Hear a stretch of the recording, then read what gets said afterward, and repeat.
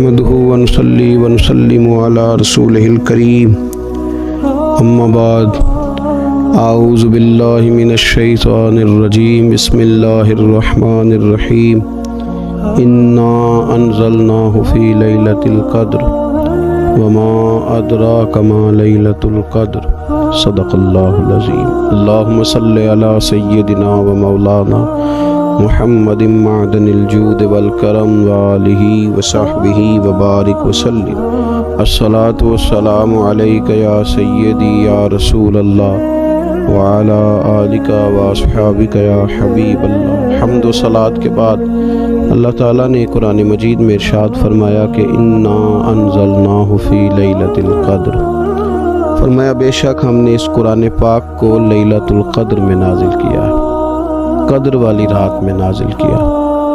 وما ادراک ما لیلۃ القدر، قرآن مجید کے انداز پر غور فرمائے، فرمایا تم کیا جانتے ہو کہ لیلۃ القدر کیا ہے، تمہیں کیا خبر ہو کہ لیلۃ القدر کیا ہے۔ اس کی اہمیت دیکھیے، میں کہا کرتا ہوں کہ صرف اس ایک فکرے کو دیکھ لیا جائے، وما ادراک ما لیلۃ القدر، اور تم کچھ جانتے ہو کہ لیلۃ القدر کیا ہے، تمہیں کیا خبر کہ لیلۃ القدر کیا ہے۔ لیلۃ القدر 1000 مہینے سے بہتر ہے۔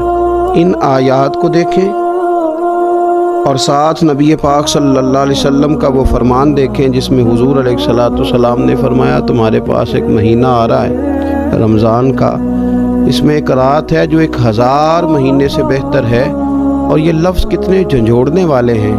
حضور علیہ السلام نے فرمایا جو اس رات محروم رہ گیا وہ ہر نیکی سے محروم رہ گیا، جو اس رات محروم رہا محروم ہی رہ گیا، اتنی بڑی بات۔ فرمایا تنزل الملائکۃ والروح، اس دن فرشتے اور روح القدس یعنی جبریل امین اترتے ہیں، فیہا اس رات میں بِإِذْنِ رَبِّهِمْ مِنْ كُلِّ امر، اپنے رب کے حکم سے ہر خیر کے کام کے لیے۔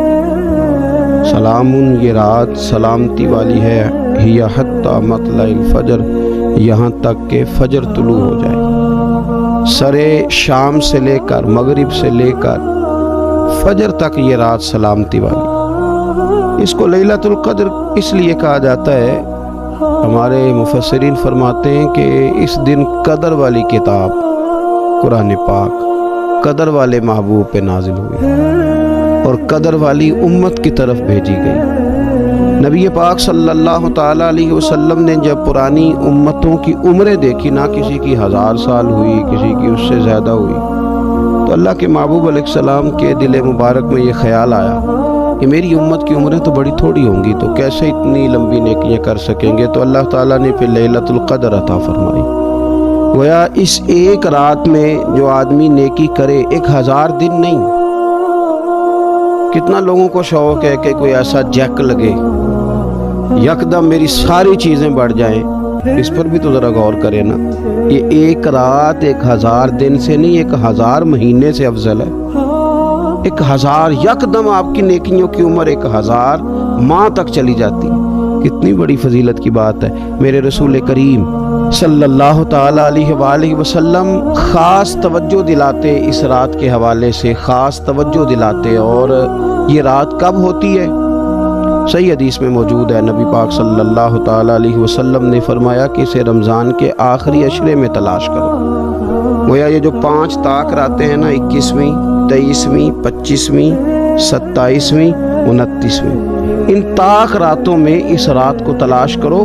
اس رات اللہ کے فرشتے نازل ہوتے ہیں، آسمان دنیا پر، زمین پر فرشتے اترتے ہیں، حضرت جبریل امین علیہ الصلوۃ والسلام انہیں لے کر کے آتے ہیں، اور فرشتے کیا کرتے ہیں کہ جو بندہ اس رات اللہ کی یاد میں موجود ہو، جو بندہ اللہ تبارک و تعالیٰ کے ذکر میں موجود ہو، جو بندہ اس دن اللہ تبارک و تعالیٰ کی بارگاہ میں کسی بھی طور پر حاضر ہو، فرشتے اس کے لیے دعائے مغفرت بھی کرتے ہیں اور رب کی بارگاہ میں التجائے رحمت بھی کرتے ہیں۔ اور ایک روایت میں ہمیں یوں بھی ملتا ہے کہ فرشتے اسے مصافحہ بھی کرتے ہیں، ہاتھ بھی ملاتے ہیں۔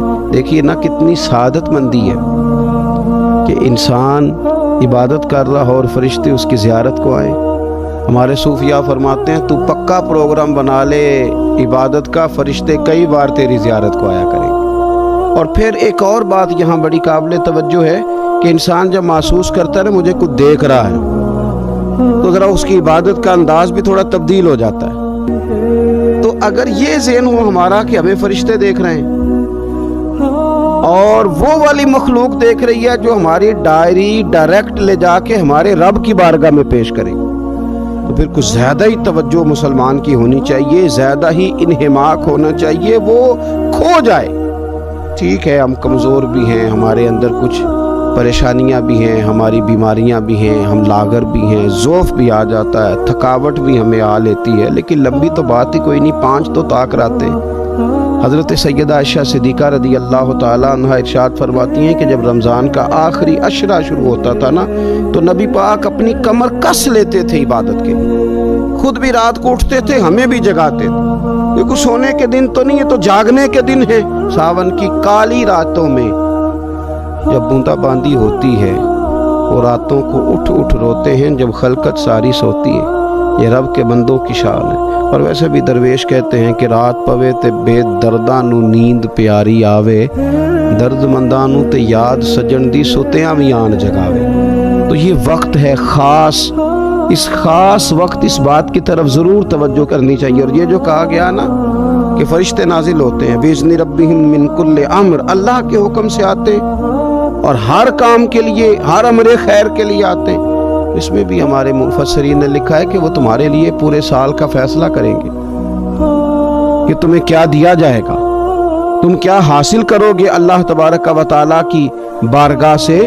تو اس کا معنی یہ ہوا کہ پھر تو یہ لینے کی رات ہے، ایسا نہ ہو کہ فرشتے آئے ہوں رب کی بارگاہ سے یہ پیغام کرم ہو کہ دینا ہے اور لینے والے سو رہے ہوں، وہ آرام میں ہوں۔ تو یاد رکھیں خیرات اسی کے پیالے میں آتی ہے جس کا پیالہ سیدھا ہوتا ہے، اور اگر پیالہ ہی سیدھا نہ ہو تو خیرات پھر پیالے میں نہیں آیا کرتی، پیالے میں آتی ہے جس کا پیالہ سیدھا ہوتا ہے، اور اگر پیالہ ہی سیدھا نہ ہو تو خیرات پھر پیالے میں نہیں آیا کرتی۔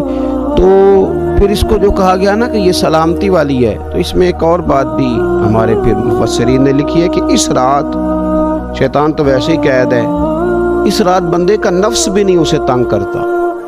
یہ طاق راتیں اتنی حسین ہے کہ تھوڑی سی بندہ ہمت کرے تو اللہ عبادت کے لیے اس کے دل کو قرار عطا کر دیتا ہے، اسے سکون ملتا ہے، طبیعت ٹھنڈی ہو جاتی ہے اور وہ بڑے ذوق کے ساتھ اللہ کی عبادت کرتا ہے۔ خوب بیداری کا مظاہرہ کریں طاق راتوں میں۔ میں نے رمضان سے پہلے مشورہ دیا تھا کپڑے وقت پہ خرید لو عید کے، اور وقت پہ سلا لو اور وقت پہ چیزیں لے لو۔ یہ جو خاص دن ہیں عبادت کے، یہ لوگوں کے بازاروں میں گزر جاتے ہیں۔ یہ زیادہ تر وقت ہمارا خریداری میں اور شاپنگ میں اور ایسے مہمل کاموں میں صرف ہو جاتا ہے کہ جن کی وجہ سے یہ خاص چیزیں جو ہمیں میسر آنی تھیں ان سے ہم کئی دفعہ رہ جاتے ہیں۔ تو اس رات کرنا کیا ہے؟ زیادہ سے زیادہ کھڑے ہو کے رب کی عبادت کریں، قرآن شریف کی تلاوت کریں، استغفار پڑھیں۔ سیدہ طیبہ طاہرہ حضرت عائشہ صدیقہ رضی اللہ تعالی عنہا نے عرض کی یا رسول اللہ اگر مجھے یہ رات مل جائے تو کیا پڑھوں؟ تو فرمایا عائشہ تم یہ دعا مانگنا، اللہم انک عفو، اے اللہ بے شک تو درگزر کرنے والا ہے، تحب العفو، اور تو درگزر کرنے کو پسند بھی کرتا ہے، فاعف عنی، ہم سے بھی درگزر فرما، ہمارے گناہوں کو معاف فرما۔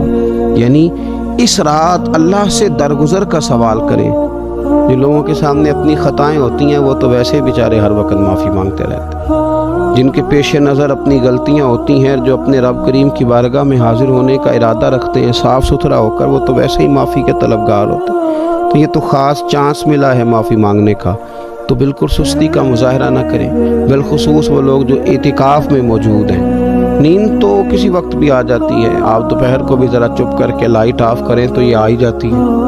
آپ سر شام بھی تھوڑا سا کھانا کھانے کے بعد اگر کمر سیدھی کرنے کو بھی لیٹ جائیں تو نیند تو پھر بھی آ ہی جاتی ہے۔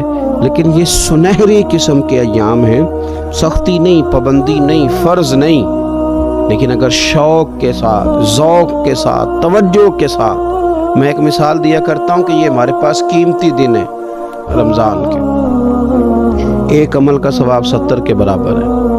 تو جس طرح انسان کے پاس کوئی چیز تھوڑی دیر کے لیے آئے تو اس نے جانا ہو تو لوگ اس سے زیادہ فائدہ اٹھانے کی کوشش کرتے ہیں۔ دیہاتوں میں نا غریب گھروں میں استری نہیں ہوتی تھی، ہر گھر میں نہیں ہوتی تھی، تو کسی پڑوس سے استری لے کے آتے تھے تو بوڑھے لوگ یہ کہا کرتے تھے کہ زیادہ کپڑے استری کر لو، استری واپس کرنی ہے۔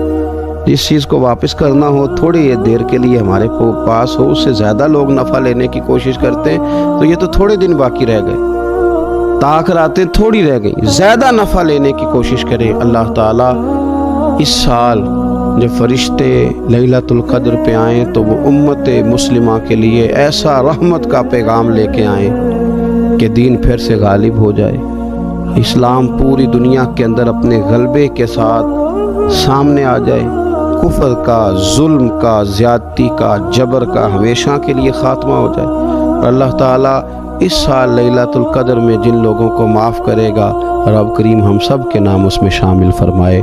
آخر دعویٰ ان الحمدللہ رب العالمین۔